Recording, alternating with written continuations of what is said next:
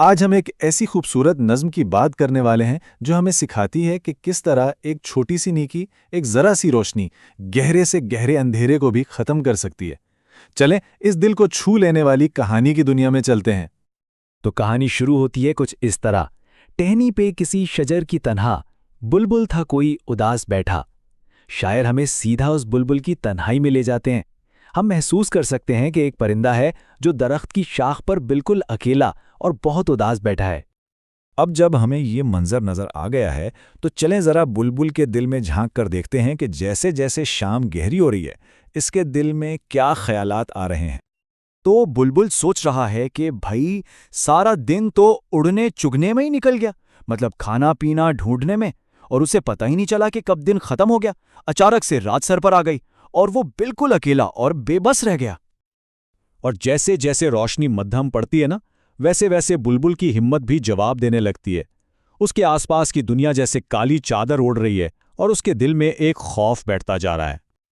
हर तरफ बस अंधेरा ही अंधेरा, और ये सिर्फ रोशनी का ना होना नहीं है, बल्कि एक ऐसा भारीपन है जो हर चीज पर छा रहा है।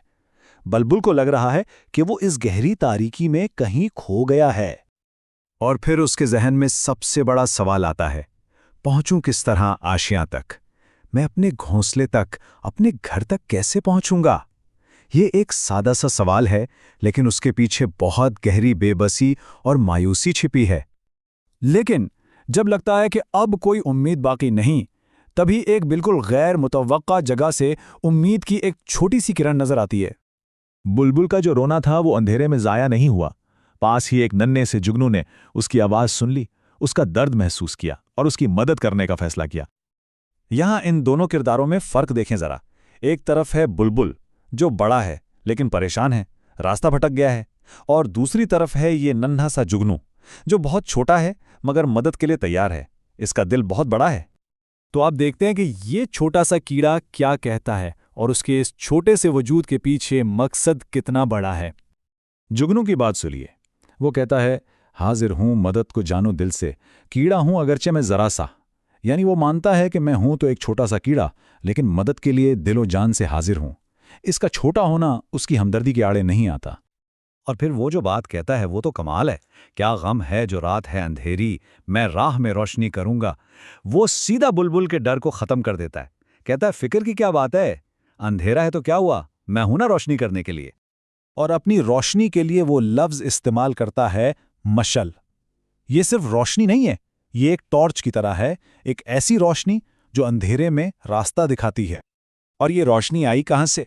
जुगनू खुद बताता है, अल्लाह ने दी है मुझको मशल, चमका के मुझे दिया बनाया। यानी ये ताकत उसे खुदा ने दी है।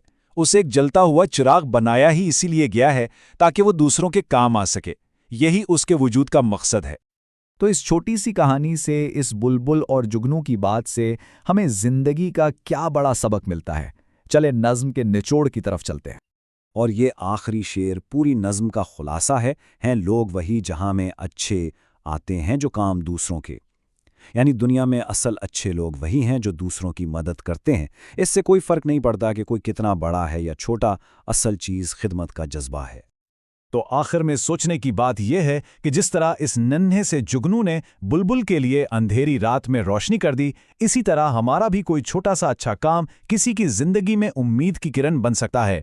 ये नज़म हमें याद दिलाती है कि हम सब के अंदर किसी न किसी के लिए रास्ता रोशन करने की सलाहियत मौजूद है।